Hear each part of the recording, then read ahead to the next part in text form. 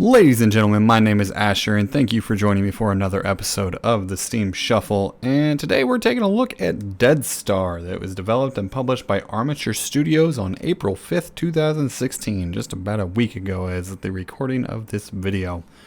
Deadstar is kind of it's a twin-stick shooter. I know I've been doing a lot of those lately, but it's a twin-stick shooter, but it's a multiplayer twin-stick shooter, and it has MOBA-like elements to it. I wouldn't really call it a MOBA, though. I know I've seen a lot of people compare it to a MOBA, but maybe it technically is. But it's a bit different. It's not nearly as much to grasp as your typical MOBA out there, maybe say Heroes of the Storm.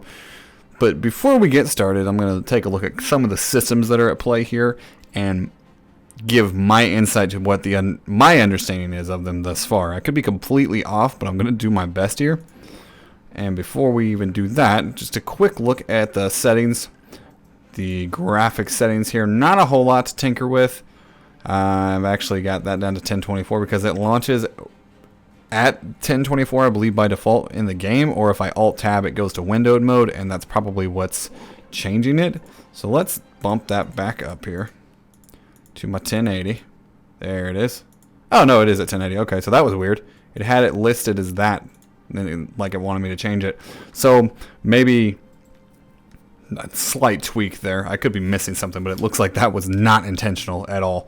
Your graphics quality settings, your background qualities. There's quite a bit going on in this one. So if you may need to lower some of these settings if you're running an older PC, but this is actually a very pretty game with a lot of heavy particle effects going on. So keep that in mind if you want to pick this one up and you're a little low on the hardware side.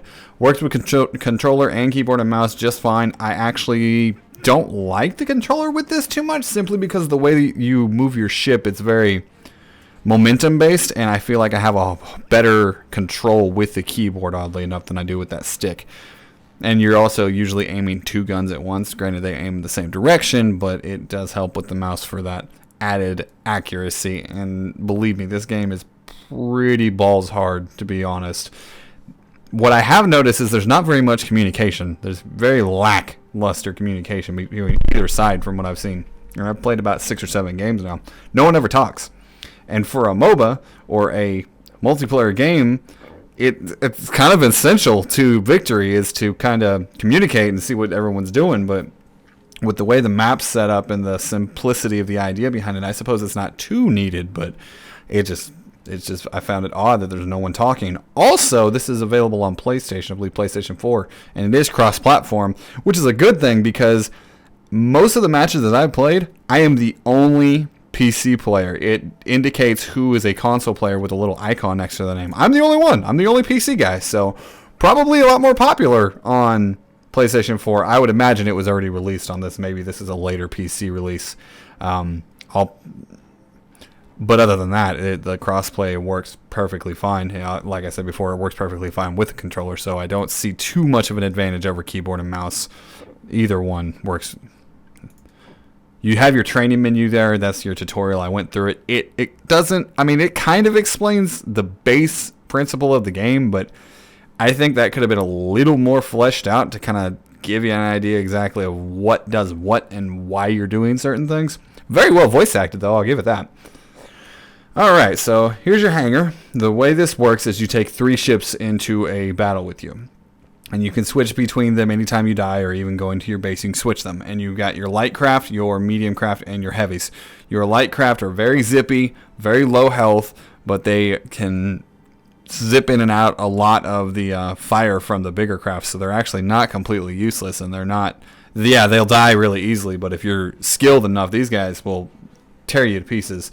Your middle guys here are middle of the pack, but I see they're cargo ships. They're more for collecting minerals that you actually mine while you're playing the game, so you can upgrade each sector and each base that you have captured to help defend it a little bit better. And then, of course, your heavy frigates, very slow, but ton of firepower. Like, these guys are nothing to be messed with.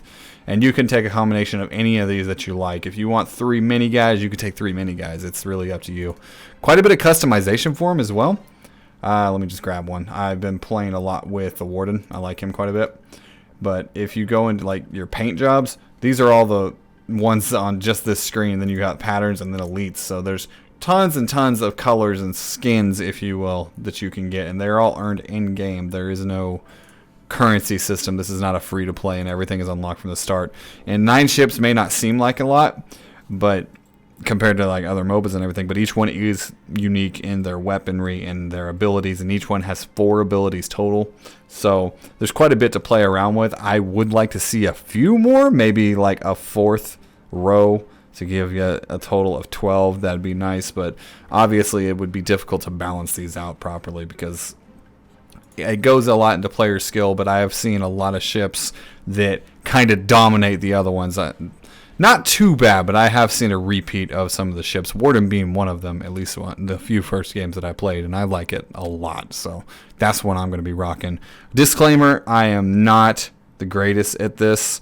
I am no expert on MOBAs, so any type of MOBA-esque strategies or how this compares to others, I'm not going to have too much insight on. I've got maybe a combined total of 30 hours across every MOBA out there, so not an expert at all, but I'll kind of explain what I can.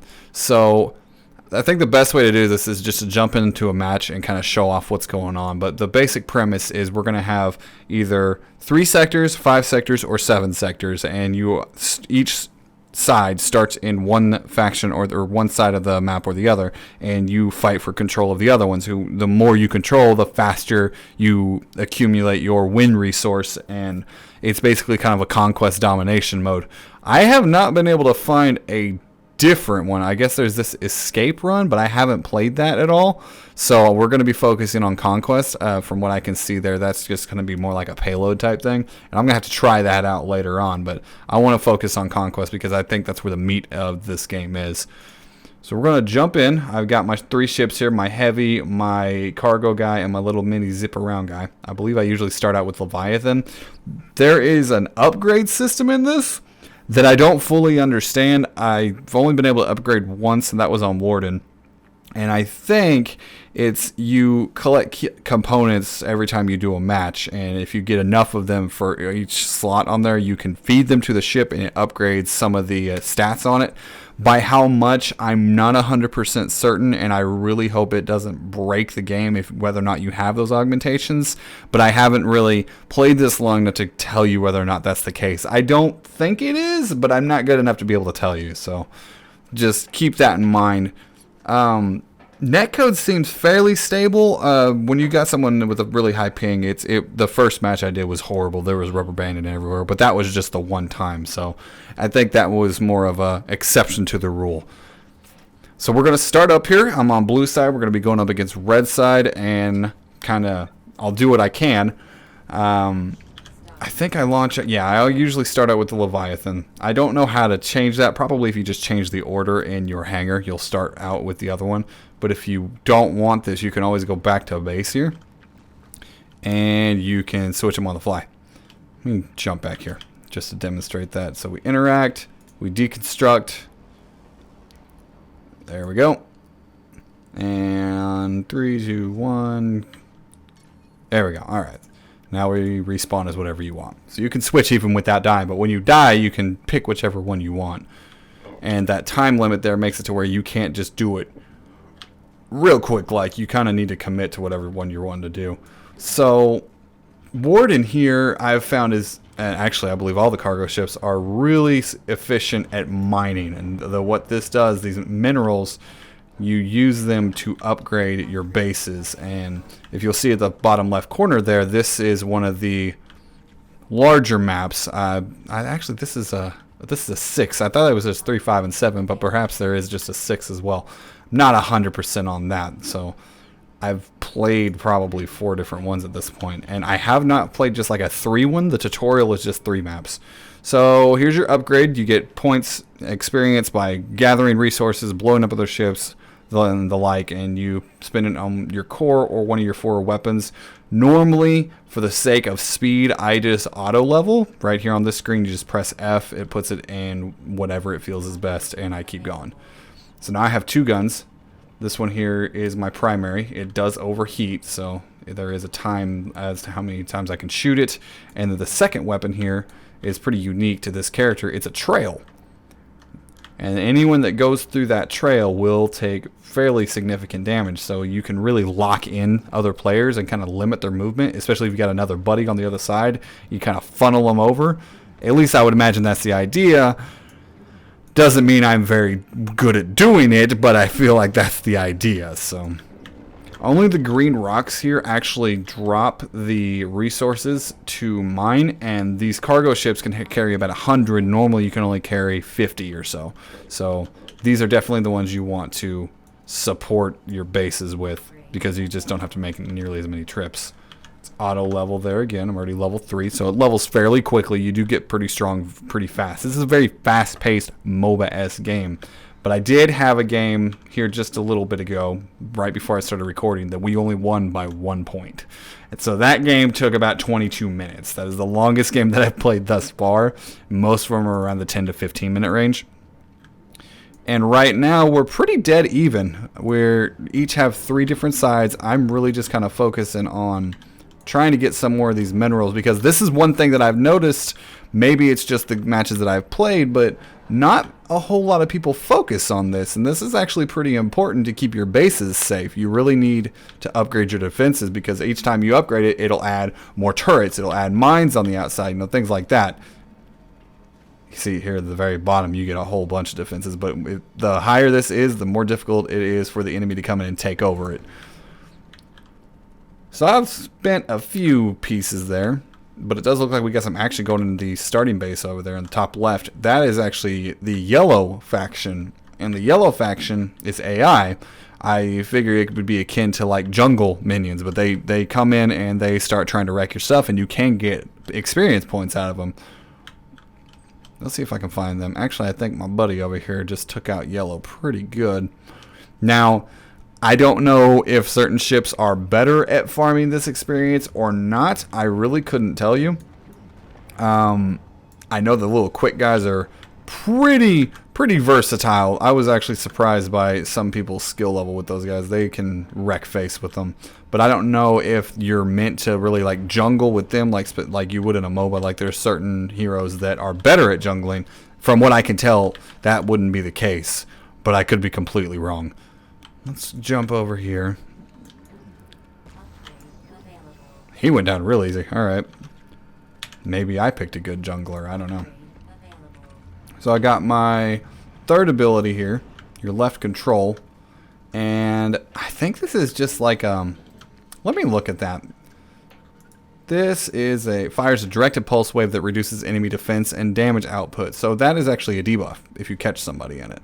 It doesn't actually do damage. I was wondering why I couldn't do anything with that. Apparently it's just a debuff. That would make sense. These guys are fairly slow. The big guys are incredibly slow. Like I get quite a few kills with them, but man, they're not that fun to maneuver. The little mini guys are pretty zippy. We'll have to switch over to one of them here in a little bit so I can show him off as well. Let's see if we can find this guy trying to take our stuff, though. Did we get him? Looks like we got him. All right. Drop off my ore here. You could theoretically just mine and upgrade your defenses and never really fight anyone as well, which I think is a very valid strategy if you want to keep your stuff intact. This one's actually almost level 3, and they have a level 3 as well. But they also have a level 1, so I think I'm going to finish this one out. See if we can get that up to level 3, kind of help out, and then we're going to see if we can go find some action. You'll notice me taking damage on there on my shield, and that is because every time you blow one of these up, it leaves a little fire trace behind that dissipates after about 3 or 4 seconds. That fire does do damage to you, which kind of sucks. It took me a little bit to figure that out because I was dying and I couldn't figure out why. There we go, full load. We're going to go turn this in, and that should upgrade this one to level 3. So we're going to have 2 level 3 bases. So we're definitely going to be up on the base defenses compared to them. There we go. All right, additional barrier generators, improved defense. Let's go see if we can get into some action. It's very pretty. The back layout on here, I mean, it's the way they've designed this. I mean, it's the foreground is absolutely, or not the foreground, the background is absolutely incredible. I do have a problem sometimes figuring out how to get into these, but I think that just kind of comes with time because I kept trying to fly through it, and I couldn't tell that there was just a wall there. but that is not a problem anymore. So that just takes a little bit of getting used to. The controls are fairly solid. I mean, it's a momentum-based movement system where you can turn a lot easier the faster you're going. It does have a spaceshipy feel to it. It's kind of like a really pretty version of Asteroids almost. Asteroid the MOBA. Let's see if we can take this guy out. So I use him. He's my little mini guy. He's one of the quicker ones, but that blade, that's an AoE damage around him. If I get caught in that, he's going to tear me up. I don't know where he went. I mean, he's gone. He is out of there. Looks like we got a whole bunch of people fighting up here. And that's one of the big old frigates. Come on, I want to take this guy down. He can definitely outrun me. He also has a little teleport. That does speed me up slightly when I use that ability. I just noticed that, actually. Come on. So, chances of me actually getting this guy are really, really slim because he's just so quick. And so, there we go. Got him. So, 3 shots. That's all it took to take him down. Very quick, but if you can land shots on them, they go down fairly easily. But if their pilot is really skilled, they'll fly circles around you. You're not going to even get a chance to touch him. He's already back, too. So the respawn is pretty quick. It's usually about 3 or 4 seconds from what I've found. You don't stay dead for very long. So, unlike a lot of MOBAs where the idea is to kind of wipe the team, that's not really so much a valid strategy here because they just come back so quickly. Yes, they spawn back at their base, but when it does make attacking a whole lot more difficult. You really, if you're going to try to take a base, need to push with at least 1 or 2 other people. So there's the Leviathan. That's the heavy that I run. I believe that is a cloak that it'll give like level 1 cloaking so no one can see me. There we go. We're going to cloak up with the Leviathan here. Just kind of hang out. And there we go. Oh, I missed it. But he ain't going to be able to go that way. Although I don't really see why he'd want to. There's a wall there. It's tricky. This is definitely a game that would take a lot of practice to get skilled at. But it's easy to pick up and figure out. I can tell you that my first couple of games I got completely wrecked. Like I had no idea what was going on. There's ships everywhere. I was probably feeding like mad because you do get experience every time you kill someone. Oh, this is not good. This is not good. Let's see if I can get an electric pulse here. There we go. You ain't doing nothing. Get him trapped.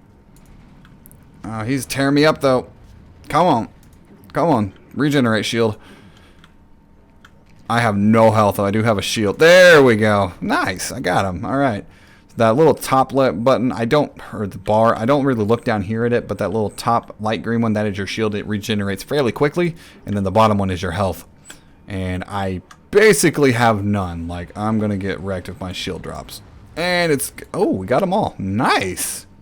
Evil Monkey 13 over here doing, oh. Well, that was short-lived. So let me grab the razor here. I'm going to show you the difference in speed with these guys. Like, these are really quick.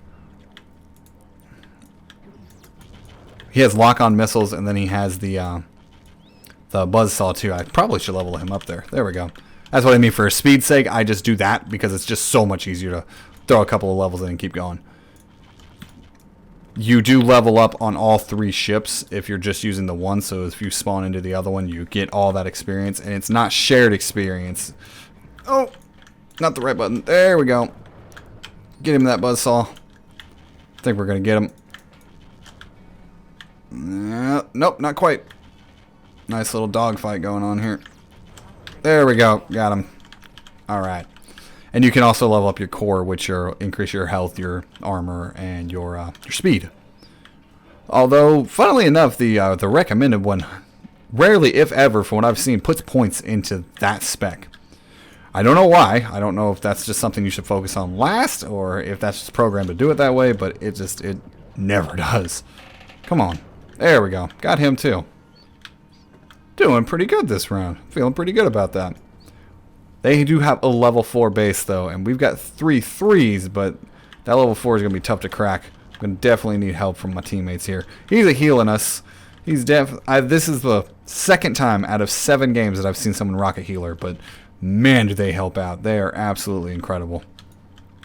It looks like we got a pretty big firefight going on up here. Let me see if I can support a little bit. There you go. And we took down a big old Leviathan. That's my little blink dash there. This guy moves, like he gets around quick. Oh, there's 2 or 3. Those are actually defense drones. Those are not player controlled. That's one of the things that you get when you actually upgrade your bases. See, we got an actual firefight going on here. That's what I was saying earlier about the options. The particle effects in this gets pretty intense. With a lot of stuff exploding and a lot of things shooting off at once, I could definitely see this drop in frame rates fairly easily. I haven't dropped any on high settings, so maybe it's not nearly as bad as I'm thinking, but it can't be the greatest.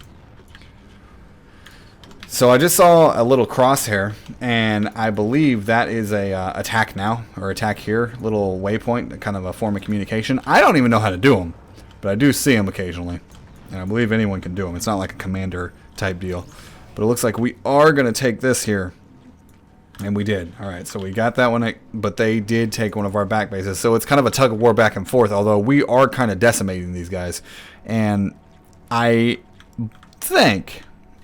I'm not 100%, but I think that the higher level the base is, the quicker you actually gather resources towards the end goal here. We're actually, looks like we're going to win this one here fairly soon. We're at 530 out of 600, so. And there we go. Took it. Now, there's 2 ways to win.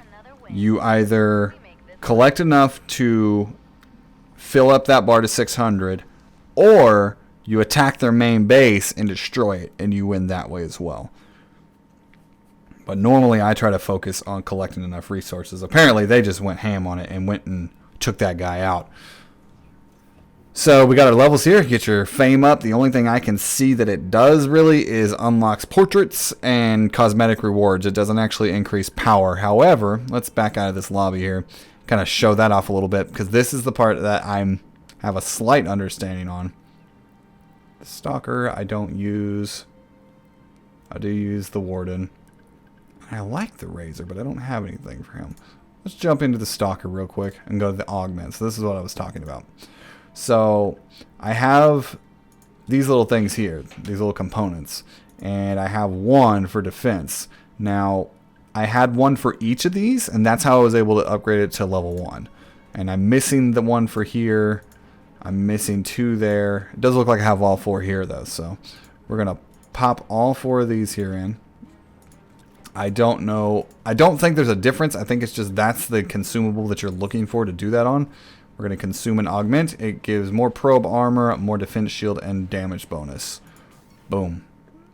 And we augment it to rank 1. Now, how much of an increase that is, I don't know. I don't know if it's really essential for you to actually do well, although the matchmaking from what I've seen thus far does attempt to pair you with similarly leveled characters. They're usually about a 3 degree level of variance in the different lobbies that I've been in thus far. So maybe that, I imagine that's why, is if you are augmenting, then you're going to be way more powerful than a level 1 if you're level 20, and that's the only thing I can gather of it. I haven't gotten enough into it to really say a lot of this for certain. This is just kind of my initial view of it. The colors on these are pretty cool too.